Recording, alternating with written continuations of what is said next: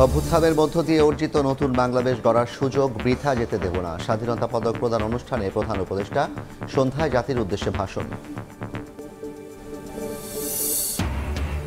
৭১ হত্যাযজ্ঞের সহযোগীরা এখন গলা ফুলিয়ে কথা বলছে, ইতিহাস কেউ বদলাতে পারবে না বললেন মির্জা ফখরুল। নির্বাচন পেছাতে ষড়যন্ত্রের অভিযোগ বিএনপি নেতাদের। জুলাই আন্দোলনে শহীদ ওয়াসিম সহ ৬ জনকে হত্যা মামলায় ১৫ জনের বিরুদ্ধে গ্রেফতারি পরোয়ানা। তালিকায় সাবেক মন্ত্রী হাসান নওফেল ও ২ মেয়র নাসির রেজাউল। আগামী ২৮ March doctor Yunus Xi Jinping বৈঠক, জানালেন প্রেস সচিব। প্রধান উপদেষ্টার চীন সফরে আলোচনা হতে পারে তিস্তা প্রকল্প নিয়ে, বলছে পররাষ্ট্র দপ্তর।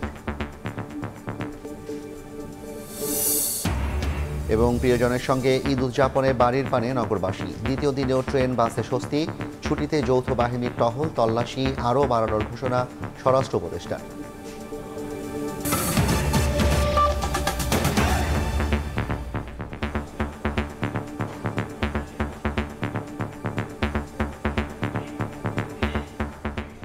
সময় সংবাদের সঙ্গে আছি আমি জাফর সাদিক। ফ্যাসিবাদকে হটিয়ে নতুন বাংলাদেশ গড়ার সুযোগ এনেছে ছাত্র জনতা। তাদের আত্মত্যাগ বৃথা হতে দেব না। স্বাধীনতা পদক প্রদান অনুষ্ঠানে এই কথা বলেছেন প্রধান উপদেষ্টা ডক্টর মোহাম্মদ ইউনূস। বলেন, জীবদ্দশায় স্বাধীনতা পদক প্রাপ্তি দেখতে না পারা বেদনাদায়ক, তবে দেরিতে হলেও কৃতীদের সম্মান দিতে পেরে গর্বিত দেশ।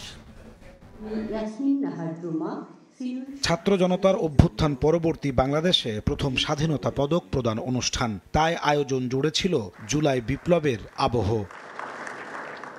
এ বছর দেশের বিভিন্ন ক্ষেত্রে গৌরবোজ্জ্বল ভূমিকা রাখা ৭ গুণীজনকে দেয়া হয় স্বাধীনতা পদক। এর মধ্যে ৬ জনই পেলেন মরণোত্তর সম্মাননা। পদক তুলে দিয়ে প্রধান ইউনূস বলেন, জীবিত অবস্থায় পদক প্রাপ্তি দেখতে না পারা বেদনার, তবে গুণীদের সম্মান জানাতে পেরে জাতি গর্বিত। বুদ্ধিজীবী বদরুদ্দিন ওমর পদক গ্রহণে অস্বীকৃতি জানানোয় তার পদকটি জাতীয় জাদুঘরে সংরক্ষণ করা হবে বলেও জানান প্রধান উপদেষ্টা। বক্তব্যে ২৫ মার্চ কালরাতকে মানব সভ্যতার ইতিহাসে কলঙ্কিত দিন বলে আখ্যায়িত করেন ডক্টর ইউনূস। ২৫শে মার্চ মানব সভ্যতার ইতিহাসে কলঙ্কিত এক হত্যাযজ্ঞের দিন। ১৯৭১ সালের আজকের রাতে পাক হানাদার বাহিনী নিরস্ত্র ঘুমন্ত বাঙালির উপর নির্মমভাবে গুলি চালিয়ে হাজারো মানুষকে হত্যা করে।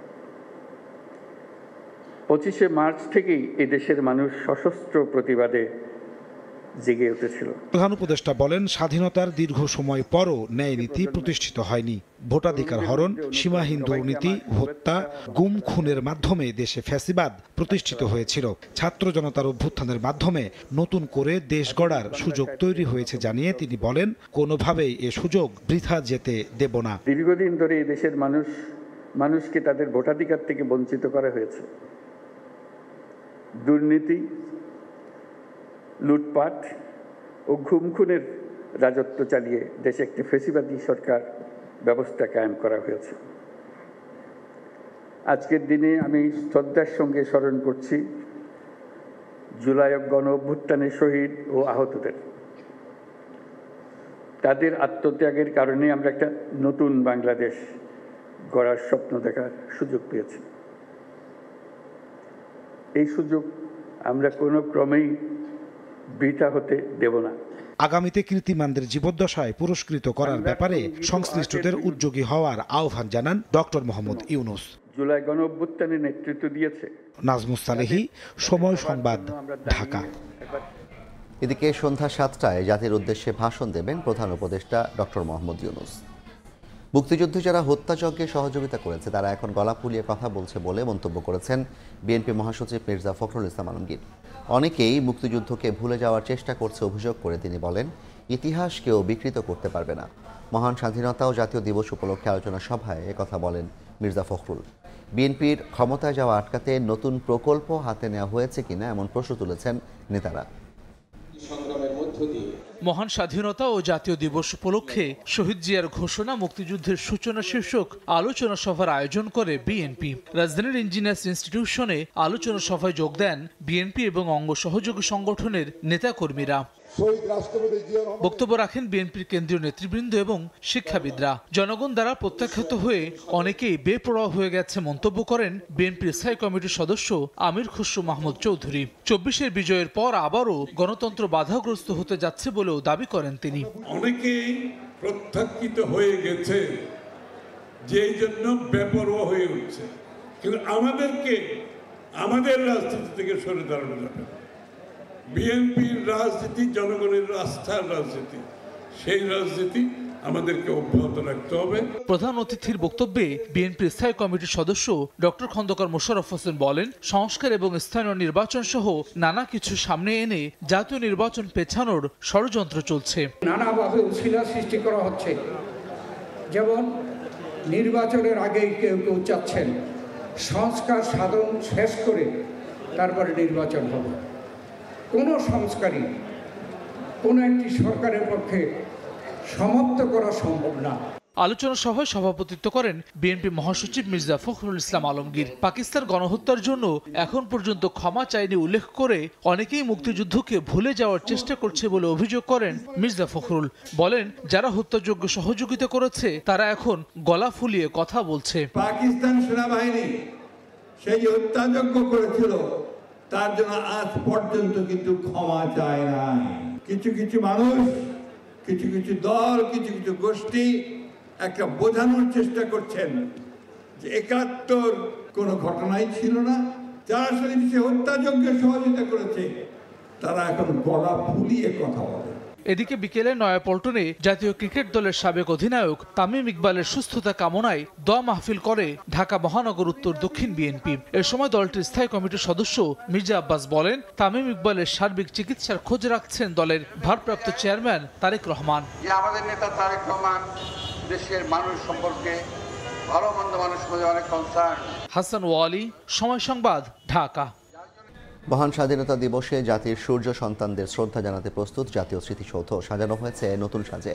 সর্বস্তরের মানুষের শ্রদ্ধা নিবেদন আয়োজনে নিরাপত্তা নিশ্চিতে প্রস্তুত আইন শৃঙ্খলা রক্ষা বাহিনী। বাঙালি জাতির শ্রেষ্ঠ সন্তানদের শ্রদ্ধা নিবেদনে প্রস্তুত পুরো জাতি। তাই তো লাল সবুজের রং তুলির আঁচড়ে সাজানো হয়েছে বাঙালির গৌরব আর শ্রদ্ধার জাতীয় স্মৃতিসৌধ। সবুজ ঘাস, লাল ফুল, সেই সঙ্গে হলুদ গাঁদাসহ বাহারি রঙের ফুলে এক অপরূপ রূপ ধারণ করেছে স্মৃতিসৌধ প্রাঙ্গণ। কর্মীদের দিন রাতের অক্লান্ত পরিশ্রমে এখন পুরোপুরি প্রস্তুত স্মৃতিসৌধ ও এর আশপাশের এলাকা। রাষ্ট্রপ্রধানেরা আসবে ফুলের শ্রদ্ধা জানানোর জন্য, আমাদের দেশের বাইরের অনেকেই আসবে ফুলের শ্রদ্ধা জানানোর জন্য। স্মৃতিসৌধ স্বয়ংসম্পন্ন সুন্দরভাবে সাজানো হয়েছে। যে কোনো অপ্রীতিকর ঘটনা এড়াতে মোতায়েন থাকবে আইন শৃঙ্খলা বাহিনীর অতিরিক্ত সদস্য। 18টা জেলার বিভিন্ন স্তরের অফিসার এবং ফোর্স এনেছি। এছাড়া আমাদের আরআরএফ আছে, এপিবিএন আছে, ডিবি টিম আছে। আমরা 4 স্তরে এটা নিরাপত্তা বেষ্টনী করছি। নিরাপত্তা নিয়ে আমরা কোনো আশঙ্কা বোধ করতেছি না। তারপরও আমরা যথেষ্ট সচেতন রয়েছি যাতে যে কোনো ধরনের অপ্রীতিকর অবস্থা, নাশকতা বা অন্যান্য যে কোনো অনাকাঙ্ক্ষিত বিষয় আমরা মোকাবেলা করতে পারি। ২৬ মার্চ প্রথম প্রহরেই স্মৃতিসৌধ এলাকায় 12টি বিভাগে বিভক্ত হয়ে নিরাপত্তা নিশ্চিতে কাজ করবে ৩,০০০ পুলিশ সদস্য। সময় সংবাদ, সাভার। জুলাই আন্দোলনের দ্বিতীয় শহীদ ছাত্রদল নেতা ওয়াসিম সহ ৬ জনকে হত্যা মামলায় ১৫ জনের বিরুদ্ধে গ্রেফতারি পরোয়ানা জারি করেছেন আন্তর্জাতিক অপরাধ ট্রাইব্যুনাল। এর মধ্যে সাবেক মন্ত্রী হাসান মাহমুদ ও নওফেল এবং চট্টগ্রাম সিটির সাবেক মেয়র আজম নাসির, রেজাউল করিমের নাম রয়েছে। মঙ্গলবার ওয়াসিম সহ চট্টগ্রামে ৬ জনকে হত্যা মামলার প্রাথমিক তদন্ত শেষে সাবেক পররাষ্ট্রমন্ত্রী হাসান মাহমুদ, সাবেক শিক্ষামন্ত্রী মহিবুল হাসান চৌধুরী নওফেল, চট্টগ্রামের সাবেক 2 মেয়র আজম নাসির, রেজাউল করিম সহ 15 জনের বিরুদ্ধে গ্রেফতারি পরোয়ানা জারির আবেদন করে প্রসিকিউশন। পরে ট্রাইব্যুনাল তা মঞ্জুর করেন। যে হত্যাযজ্ঞটা পরিচালিত হয়েছে তার সিংহভাগের সাথে সম্পৃক্ত ছিল আওয়ামী লীগ, যুবলীগ এবং ছাত্রলীগের নেতৃবৃন্দ, তাদের কর্মীরা, যাদেরকে আমাদের তদন্ত সংস্থা ফিল্ড ইনকোয়ারি করে তাদেরকে ভিডিও ফুটেজে, লাইভ উইটনেসের মাধ্যমে, পত্রপত্রিকায় সব কিছু মিলিয়ে তাদেরকে আইডেন্টিফাই করেছেন। এরকম 15 জনের বিরুদ্ধে সেখানে সাবেক মন্ত্রী হাসান মাহমুদ, তারপর নৌফেল এরা সহ আজমান নাসির সহ সেই 15 জনের বিরুদ্ধে গ্রেপ্তারি পরোয়ানা জারি করেছেন। এদিন মোহাম্মদপুরে অস্ত্র উঁচিয়ে ছাত্র জনতার উপর গুলি করার দায়ে আনসার সদস্য ওমর ফারুককে কারাগারে পাঠিয়েছেন বিশেষ ট্রাইব্যুনাল। যারা চিফ প্রসিকিউটরের বিরুদ্ধে কথা বলছেন তারা না বুঝে বলছেন অথবা কোনো একটা বিশেষ মহল তাদেরকে উস্কানি দিচ্ছেন। যেহেতু এই শহীদ পরিবারদের আবেগ অনুভূতি নিয়ে রাজনীতি করার সুযোগ তাদের আছে, তারা এদেরকে উস্কিয়ে আদালতের সামনে নিয়ে এসেছেন। এটা আমি মনে করি এটা উচিত হয়নি। শহীদ পরিবারের অনেকেই আছেন যাদেরকে তদন্ত সংস্থার কাছে গিয়ে বক্তব্য দেওয়ার জন্য অনুরোধ করা হয়। তদন্ত সংস্থাকে তারা সহযোগিতা করে না, বক্তব্যও রেকর্ড করবে না, কোনো তথ্য প্রমাণাদি দিবে না, শুধু বলবে আসামিদের ফাঁসি দাও। এটা তো আমি যেটা বলেছি যে এটা তো মোবাইল কোর্ট না। আদালতের সামনে বিক্ষোভ, দেশে বিদেশে ভুল বার্তা যায় মন্তব্য করে দাবি দেওয়া থাকলে সরকারের কাছে জানানোর অনুরোধ চিফ প্রসিকিউটরের। আফজাল হোসেন, সময় সংবাদ, ঢাকা। বিতর্কিত ব্যবসায়ী গ্রুপ এস আলমের বিরুদ্ধে এবার অবৈধ সম্পদের মামলা করল দুদক। চেয়ারম্যান সাইফুল আলম ও তার স্ত্রীর বিরুদ্ধে 1550 কোটি টাকার অবৈধ সম্পদ অর্জনের অভিযোগ আনা হয়েছে।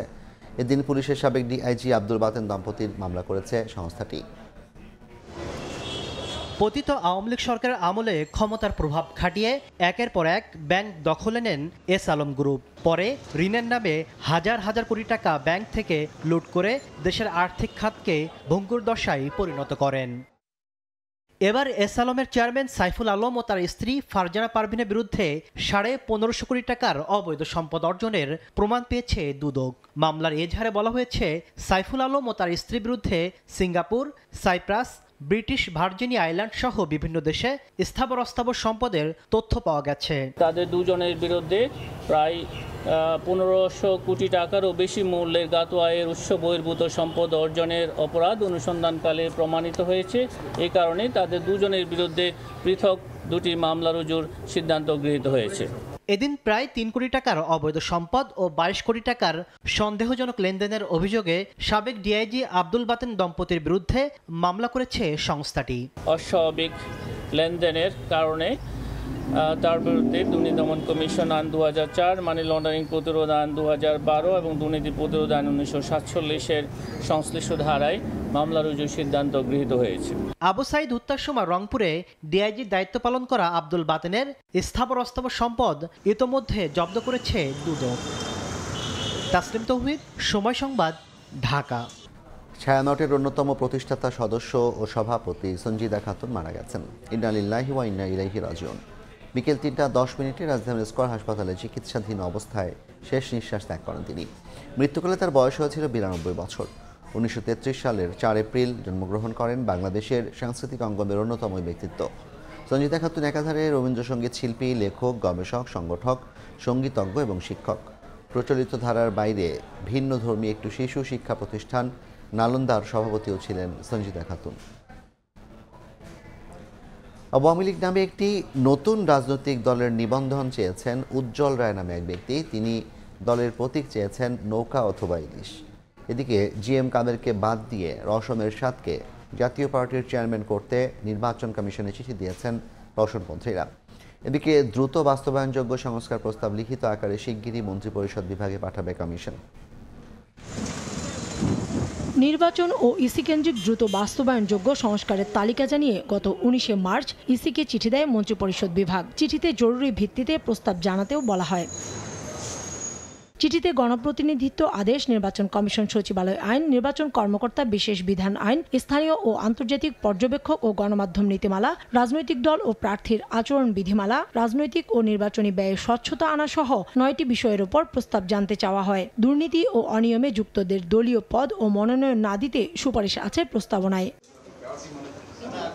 এ বিষয়ে মঙ্গলবার নির্বাচন ভবনে কথা বলেন ইসির সিনিয়র সচিব আক্তার আহমেদ। তিনি বলেন, দ্রুতই চিঠির জবাব দেবে কমিশন। এখানে জিনিসগুলো যেভাবে প্রস্তাবগুলো করা হয়েছে, আমরা যত দ্রুত সম্ভব এটাকে আমাদের এখানকার সুপারিশগুলো সন্নিবেশ করে পাঠাতে পারবে। মাননীয় কমিশন যতক্ষণ না পর্যন্ত এই সুপারিশগুলো সন্নিবেশ করছেন ততক্ষণ পর্যন্ত আমার এই ব্যাপারে বলার কোনো সুযোগ নেই। এদিকে আওয়ামী লীগ নামে একটি নতুন দলের নিবন্ধন চেয়েছেন উজ্জ্বল রায় নামের এক ব্যক্তি। তিনি বঙ্গবন্ধু এভিনিউ দলের ঠিকানা ও নৌকা কিংবা ইলিশ প্রতীক চেয়েছেন। আমরা যে কোনো আবেদন আমরা প্রথম গ্রহণ করি, কিন্তু আবেদন কতটা বিবেচনা করা হবে সেটা নির্ভর করে আমাদের বিদ্যমান যে আইন আছে। একটি রাজনৈতিক দল হিসেবে নিবন্ধন পাওয়ার জন্য বিদ্যমান যে আইন আছে এবং বিধি আছে সেই বিধির আলোকে সমস্ত ক্রাইটেরিয়া যদি ফুলফিল করে তাহলে আমরা সেটাকে গ্রহণ করি। এছাড়া জাতীয় পার্টির চেয়ারম্যান ও মহাসচিব পরিবর্তনের দাবি জানিয়ে কমিশনে চিঠি দিয়েছেন রওশনপন্থীরা।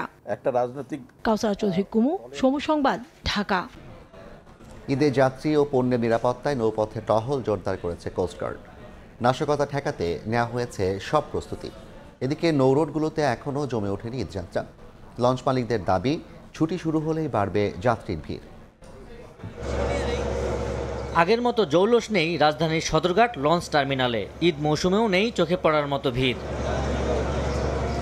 তবে শেষ দিকের ঝামেলা এড়াতে অনেকেই আগেভাগেই ছুটছেন বাড়ির দিকে। ভাড়া না বাড়ায় খুশি তারা। জাম হবে, এই জন্য বাড়ি যেতে কষ্ট হবে, এই জন্য আগে বাড়ি যাচ্ছি। বাড়িতে সবার সাথে ঈদ করবো এই চিন্তাই আগেভাগে। ঈদে যে মানুষ ঘরমুখী মানুষ এখনো ওইরকম চাপ বাড়ে নাই, আর ভাড়া আগের যেটা ছিল সেটাই আছে, হয়তো হালকা একটু বেড়েছে। লঞ্চ মালিকদের দাবি, পদ্মা সেতু চালু হওয়ার পর থেকেই দক্ষিণাঞ্চলের নৌ রুটে কমেছে যাত্রী। তবে ঈদের ছুটি শুরু হলে ভিড় বাড়ার আশা তাদের। আমার মনে হয় যতজন আমরা স্টাফ আছি টার্মিনালে ততজন যাত্রী মনে হয় না আছে, যাত্রীর সংখ্যা একবারে কম। 2800 বা 2900 যাত্রীর সমাগম, উপচে পড়া ভিড় যে আগে চিত্রটা ছিল সেই চিত্রটা হয়তো ফিরে আসতে পারে। এদিকে মঙ্গলবার সকালে ঈদে ঘরমুখ মানুষের যাত্রা নির্বিঘ্নে করতে বিশেষ টহল ও সাঁড়াশি অভিযান পরিচালনা করেছে কোস্টগার্ড। মংলা ও বরিশালেও চলেছে এই বিশেষ কার্যক্রম। বাহিনীটির নারায়ণগঞ্জ জোনের স্টেশন কমান্ডার জানান, ঈদকে কেন্দ্র করে কোনো নাশকতার শঙ্কা নেই। আমাদের কাছে বর্তমানে এই ধরনের কোনো নাশকতার কোনো তথ্য নাই, কিন্তু আমাদের গোয়েন্দা টিম বলেন এবং আমাদের যারা কোস্টগার্ডের বিভিন্ন জোনে কাজ করছেন সবাই এই ব্যাপারে এটাকে প্রাধান্য দিয়ে কাজ করছেন। নিরাপত্তার টিম 24 ঘন্টা সার্বক্ষণিক এটা টহলের মাধ্যমে আমরা নিরাপত্তার বিধান করছি। দুর্ঘটনা রোধে লঞ্চ পরিদর্শন সহ যাত্রীদের নিরাপত্তায় কুইক রেসপন্স টিম কাজ করবে বলেও জানিয়েছে কোস্টগার্ড। আবু সাইদ নিশান, সময় সংবাদ, ঢাকা। প্রিয়জনের সঙ্গে ঈদ করতে রাজধানী ছাড়ছেন নগরবাসী। ঈদযাত্রার দ্বিতীয় দিনেও ট্রেনে স্বস্তির ছাপ। তবে বাড়তি ভাড়া নেয় ক্ষোভ জানান কমিউটার ট্রেনের যাত্রীরা। বাস টার্মিনালে দেখা যায়নি তেমন ভিড়। আসন ফাঁকা রেখে ছেড়ে যাচ্ছে দূরপাল্লার বাস। 2-1 দিনের মধ্যে যাত্রী চাপ বাড়ার আশা সংশ্লিষ্টদের। আপনজনের সঙ্গে ঈদ আনন্দে সামিল হতে বাড়ির পথে ছুটছে মানুষ। ঈদযাত্রার দ্বিতীয় দিনেও রাজধানীর কমলাপুর রেল স্টেশনে ঘরমুখ যাত্রীদের চোখে মুখে আনন্দের ঝিলিক। সময় মেনে ছাড়ছে ট্রেন, নির্বিঘ্নেই গন্তব্যে ছুটছেন যাত্রীরা। টিকিটবিহীন কোনো যাত্রীকে প্ল্যাটফর্মে ঢুকতে দেয়নি কর্তৃপক্ষ, তাই ঝামেলা ছাড়াই ট্রেনে উঠতে পারেন সবাই। যদিও অফিস ছুটির পর তৈরি হতে পারে বাড়তি চাপ। ঈদের চাপ সম্ভবত 27 থেকে 28 তারিখের মধ্যে বেশি চাপ পড়বে, কারণ সরকারি ছুটিগুলো ওই টাইমেই পড়ে। দীর্ঘদিন পর বাসায় যাচ্ছি, আর ভোগান্তিও কম, সব মিলিয়ে সুষ্ঠু পরিবেশ এখন অবধি বজায় আছে। যদিও অভিযোগ আছে কারো কারো। কমিউটার ট্রেনের যাত্রীরা বলছেন, নির্ধারিত টাকায় মিলছে না টিকিট, নেওয়া হচ্ছে বাড়তি ভাড়া। সঙ্গে পরিষ্কার পরিচ্ছন্নতা নিয়ে থাকা পুরনো অভিযোগ তো আছেই। কর্তৃপক্ষ বলছে যাত্রী সেবা নিশ্চিতে বদ্ধপরিকর তারা। জানলার পাশে অনেক ময়লা, পরিষ্কার পরিচ্ছন্নতার বিষয়ে হয়তো বা তারা অতটুক ভাবে যত্নশীল না। একটা সিটও পরিষ্কার না, প্রত্যেকটা যাত্রীকে পরিষ্কার করে নিয়ে বসতে হচ্ছে। পরিষ্কার পরিচ্ছন্ন করে ট্রেন পরিচালনা করার নিয়ম, এটা এই ক্ষেত্রে কোনো রকমের ছাড় দেওয়ার কোনো সুযোগ নেই। যাত্রী সাধারণের শাসন তো ভ্রমণের জন্যই পরিষ্কার পরিচ্ছন্নতা এটা সর্বপ্রথম প্রায়োরিটি। কমলাপুর স্টেশন পরিদর্শন করে রেলওয়ে পুলিশের ডিআইজি বলেন, টিকিট কালোবাজারি ঠেকাতে তৎপর রয়েছেন তারা। অনলাইনে ফেক দেয় এরকম অনেকগুলো ধরছি, এবং গত সপ্তাহ 2টা ধরা পড়ছে। 21টা টিকিট, 103টা টিকিট। আমাদের কাছে যখনই কোনো তথ্য আসে, আর অনলাইনে যে বাণিজ্যটা, এটা আমাদের একটা টিম সবসময় কাজ করে। এদিকে বাস টার্মিনালে এখনো যাত্রীর চাপ নেই। মহাখালী গাবতলী ঘুরে দেখা যায় ঈদযাত্রার দ্বিতীয় দিনেও আসন ফাঁকা রেখে ছেড়ে যাচ্ছে দূরপাল্লার বাস। স্বাচ্ছন্দ্যে আগেভাগে বাড়ির পথে রওনা হতে পেরে খুশি যাত্রীরা। ছুটি যেহেতু এবার বেশি, এই জন্য আনন্দটা আরো বেশি হবে। বাসা যাচ্ছি মূলত ঈদের পরিবার সকলের সাথে আনন্দ করার জন্য, ঈদ কাটানোর জন্য। পরিবহন সংশ্লিষ্টরা বলছেন, লম্বা ছুটির কারণেই এবার যাত্রী চাপ কম। 2-1 দিনের মধ্যে ঘরমুখ মানুষের ভিড় বাড়তে পারে। গাবতলীতে কোনো যাত্রী নাই, গাবতলী পুরো টার্মিনালই ফাঁকা। যেখানে আপনার 4 গাড়ি 5 গাড়ি মনে করেন সকালের ভিতর যায়, ওই জায়গায় আমরা ছাড় দিচ্ছি 1 গাড়ি। এবারে প্রায় 2.25 কোটি মানুষ ঢাকা ছাড়বে বলে ধারণা নৌসড়ক ও রেলপথ রক্ষা জাতীয় কমিটির। তানভীর হাসান মেঘ, সময় সংবাদ, ঢাকা। প্রধান উপদেষ্টার চীন সফরে তিস্তা প্রকল্প সহ অর্থনৈতিক, স্বাস্থ্য আর সামরিক ইস্যু বিশেষভাবে গুরুত্ব পাবে।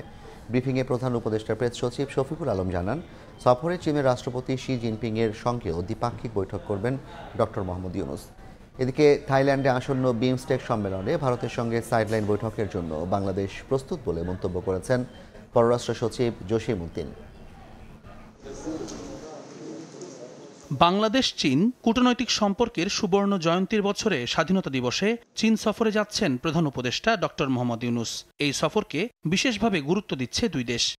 সফরে বিশেষভাবে গুরুত্ব পাবে দুই দেশের সরকারি বেসরকারি পর্যায়ে অর্থনৈতিক ও ব্যবসায়িক আলোচনা। ওয়াটার ম্যানেজমেন্টের আওতায় আলোচনা হবে তিস্তা প্রকল্প নিয়েও। এছাড়াও স্বাস্থ্য ও সামরিক খাতও থাকছে আলোচনার তালিকায়। 27 তারিখে বোয়া ফোরামে উনি জয়েন করবেন। 28 তারিখে বেইজিং এ ওনার মিটিংগুলো, বেশিরভাগ মিটিংগুলো বায়োলেটারাল মিটিংগুলো, তো সেইখানে অনেকগুলো ইনভেস্টরের সাথে মিটিং হবে এবং এটার কিছুটা আউটলাইন কয়েকদিন আগে আমাদের executive chairman of BIDA Ashik Chowdhury জানিয়েছেন।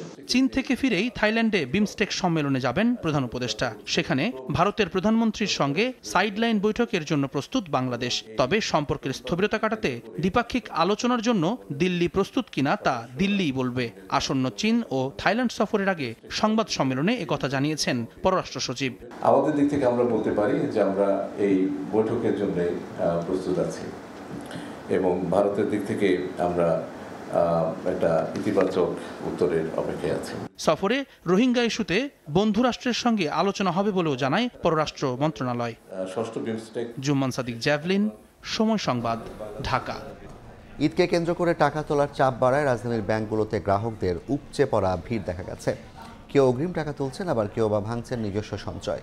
গ্রাহকদের বাড়তি চাপ সামাল দিতে সেবার পরিসর বাড়িয়েছে বেশিরভাগ ব্যাংক।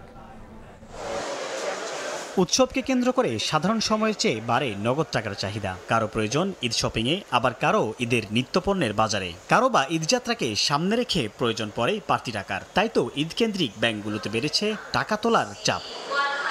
গ্রাহকদের অনেকেই জানালেন এবার নিজস্ব অ্যাকাউন্টে ঈদ বোনাস সহ অগ্রিম বেতন আসায় খরচের জন্য বেশি বেশি টাকা তুলছেন। একটা লম্বা ছুটি, এই জন্য সবার একটা পরিকল্পনা থাকে এই সময় যাতে টাকা পয়সার ক্রাইসিস না হয়, এই জন্য একটু বাড়তি কিছু টাকা পয়সা উঠানো। আর সরকার আগে টাকাটা দিয়ে দিছে, এখন আগে টাকাটা উঠাচ্ছে। যার যেটা আছে যতটুকু প্রয়োজন আগে তুলে নিচ্ছে আর কি। মোটামুটি অনেকেই আছেন অর্থ সংকটে, তবে পরিবারকে ঈদের খুশি থেকে বঞ্চিত করতে চান না। তাই তো ব্যাংকে এসেছেন হাতের সঞ্চয় ভাঙতে। মৌলিক চাহিদা পূরণের জন্য যে অর্থের যে আমাদের প্রয়োজনীয়তা, সেটা পর্যাপ্ত নয়। আমার সীমিত কিছু টাকা ছিল আর কি, হয়তো 20-25 হাজার টাকা ছিল ব্যাংকের সেভিংস। নতুন টাকার জন্য যে জিনিসটা মানুষ যেভাবে ব্যাংকে চাপে, সেই চাপটা এবার নেই। এদিকে ঈদকে সামনে রেখে গ্রাহকদের দ্রুত সেবা দিতে টাকা জমা ও তোলার জন্য বাড়ানো হয়েছে কাউন্টার সংখ্যা। বাড়তি চাপ সামলানোর জন্য আমাদের পূর্ব প্রস্তুতির অংশ হিসাবে আমাদের কাউন্টার সংখ্যা বাড়ানো, কর্মকর্তা কর্মচারীর সংখ্যা ফ্রন্ট ডেস্কে বেশি ডিপ্লয় করা, এগুলো তো আমাদের কার্যক্রমের অংশই, যাতে করে গ্রাহকরা দ্রুত তার সেবাটা নিয়ে চলে যেতে পারে। আগামী 27 মার্চ ব্যাংক খোলা থাকার পাশাপাশি বেতন ভাতা ও আমদানি রপ্তানির বাণিজ্যের সুবিধার্থে 28 ও 29 মার্চে বাণিজ্যিক ব্যাংকগুলোর সংশ্লিষ্ট শাখা খোলা থাকবে বলে জানিয়েছে বাংলাদেশ ব্যাংক। সাইফুল ইসলাম, সময় সংবাদ, ঢাকা। নতুন জামার সঙ্গে মিল রেখে কারো কিনতে হবে জুয়েলারি, আবার কেউ কিনবেন জুতা। ঈদ যত ঘনিয়ে আসছে এসব দোকানে তাই শেষ দিকের কেনাকাটায় ব্যস্ত সময় বার করছেন ক্রেতা বিক্রেতারা। পরিবারের জন্য কেনা শেষে অনেকেই আবার নিজের জন্য কিনছেন পছন্দের পোশাক। হাতে গোনা আর কয়েকদিন বাকি ঈদের। রমজানের শেষ সপ্তাহে এসে তাই বেশ ব্যস্ত সময় পার করছে শপিং মল ও বিপণী বিতানগুলোর বিক্রেতারা। ব্যস্ততা মোটামুটি আগের চেয়ে তুলনা বাড়ছে, ব্যবসা বাণিজ্য বাড়ছে। মার্কেটের কাজের হিসাবে আমাদের এখানে কাজ কম, তারপর আলহামদুলিল্লাহ চলতেছে ভালোই। 26শে মার্চ থেকে অঘোষিতভাবে ঈদের ছুটি শুরু হওয়ায় শেষ সময়ের কেনাকাটা সেরে নিচ্ছেন অনেকে। খোলার সঙ্গে সঙ্গেই দোকানগুলোতে তাই ক্রেতা সমাগম। নিজের জন্য কিনছেন ঈদের নতুন জামা জুতা। এখন একটু স্যান্ডেল কেনা বাকি আছে, ওইগুলো কিনবো। তারপর ওর জন্য একটু, আমার হাজবেন্ডের জন্য একটা স্যান্ডেল কিনবো। প্রথম দিক থেকে আমাদের কেনাকাটা মোটামুটি শেষ, তবে এখন বের হয়েছে মোটামুটি গিফটের জন্য। ঈদে নতুন পোশাকের সঙ্গে মিলিয়ে নারীরা খুঁজছেন ম্যাচিং জুয়েলারি। কোন জামার সঙ্গে কোন চুড়ি মিলবে তা হাতে পরে দেখে নিচ্ছেন অনেকে। সব ফ্যামিলির জন্য সব কেনাকাটা হয়েছে, এখন আজকে শুধু আমার জন্য কেনাকাটা করার জন্য আসছি এখানে। বাবা মায়ের হাত ধরে পছন্দের রঙের নেল পলিশ আর লিপস্টিক কিনতে এসেছে শিশুরাও। রেড কালারের লিপস্টিক কিনেছি আর পিঙ্ক কালারের লিপস্টিক কিনেছি। জামা জুতো কিনে ফেলেছি, এখন কসমেটিক্স কিনবো। বিক্রেতারা বলছেন রমজানের শেষ দিকে জুয়েলারি ও জুতার দোকানে ক্রেতা চাপ বেশি থাকে। এই ভিড় চাঁদ রাত পর্যন্ত থাকবে বলে তাদের প্রত্যাশা। অন্তরা সেন, সময় সংবাদ, ঢাকা। আসন্ন ঈদের ছুটিতে আইন শৃঙ্খলা রক্ষায় যৌথ বাহিনীর টহল আরও জোরদার করা হবে বলে জানিয়েছেন স্বরাষ্ট্র উপদেষ্টা। এছাড়া নারী শিশু নির্যাতন ও ধর্ষণের বিরুদ্ধে সরকারের জিরো টলারেন্স থাকবে বলেও হুঁশিয়ারি উচ্চারণ করেন তিনি। এদিকে ঈদ সামনে রেখে আগামী ২৭ মার্চের মধ্যে শ্রমিকদের বেতন ভাতা পরিশোধ করা না হলে কারখানা মালিকের বিরুদ্ধে আইনি পদক্ষেপ নেওয়া হবে বলে জানিয়েছেন শ্রম ও কর্মসংস্থান উপদেষ্টা এম সাখাওয়াত হোসেন। দেশে পট পরিবর্তনের পর বিভিন্ন ক্ষেত্রে দেখা দেয় অস্থিরতা। আইন শৃঙ্খলা পরিস্থিতির অবনতি, নারীদের হেনস্থা, চুরি, ছিনতাই, খুনের ঘটনায় এখনও নাগরিকদের মধ্যে রয়েছে উদ্বেগ, উৎকণ্ঠা। এমনই এক পরিবেশে অন্তর্বর্তী সরকারের অধীনে কদিন বাদেই উদযাপিত হচ্ছে মুসলমানদের সবচেয়ে বড় ধর্মীয় উৎসব ঈদ উল ফিতর। এ অবস্থায় ঈদ সামনে রেখে সোমবার সচিবালয়ে অনুষ্ঠিত হয় আইন শৃঙ্খলা সংক্রান্ত উপদেষ্টা কমিটির বৈঠক শেষে স্বরাষ্ট্র উপদেষ্টা বলেন, অস্থিতিশীল পরিস্থিতি সৃষ্টিকারীদের ধরতে অভিযান চলমান থাকবে। ঈদের সময় আইন শৃঙ্খলা রক্ষায় যৌথ বাহিনীর টহল জোরদার করার কথাও জানান তিনি। টহল বৃদ্ধি করা হবে, গোয়েন্দা নজরদারি আরো বৃদ্ধি করা হবে এবং ঈদ যেন নির্বিঘ্নে সবাই করতে পারে এবং রাস্তাঘাটে আরো চেকপোস্ট বাড়ানো হবে। এদিকে নারী শিশু নির্যাতন ও ধর্ষণের বিরুদ্ধে সরকারের জিরো টলারেন্সের কথা উল্লেখ করে উপদেষ্টা বলেন, এ ধরনের ঘটনা রিপোর্ট আকারে আদালতে উপস্থাপনের নির্দেশ দেওয়া হয়েছে। ধর্ষণ সহ নারী শিশু নির্যাতনের বিরুদ্ধে সরকারের অবস্থান অত্যন্ত স্পষ্ট। এটা ক্ষেত্রে আমাদের জিরো টলারেন্স। যত সহিংসিত হয়েছে সেগুলি তালিকা করে দ্রুত তদন্ত সম্পন্নপূর্বক আদালতে প্রতিবেদন দাখিলের নির্দেশ দেওয়া হয়েছে। এদিন বিকেলে বেক্সিমকো ইন্ডাস্ট্রিয়াল পার্ক ও দেশের বিভিন্ন স্থানে শ্রমিক অসন্তোষ নিয়ে বৈঠক শেষে শ্রম ও কর্মসংস্থান উপদেষ্টা বলেন, আগামী ২৭ তারিখের মধ্যে বেতন ভাতা পরিশোধ করা না হলে কারখানা মালিকদের বিরুদ্ধে আইনি পদক্ষেপ নেওয়া হবে। পাওনা পরিশোধ না করা পর্যন্ত দে ক্যানট গো। তারপরে কি হবে সেটা পরের কথা। পুরনো পাওনা হোক, যেই পাওনা হোক, যদি না দিতে পারে তাহলে সেই মালিকের বিরুদ্ধে আইনানুগ অ্যাকশন নেওয়া হবে। শ্রম খাতের উন্নয়নে আন্তর্জাতিক শ্রম সংস্থা আইএলওর দেয়া কিছু শর্ত পূরণে সংস্থাটি ডিসেম্বরের পরিবর্তে আগামী মার্চ পর্যন্ত সময় দিয়েছে বলেও জানান শ্রম উপদেষ্টা। প্রসূন আশিস, সময় সংবাদ, ঢাকা।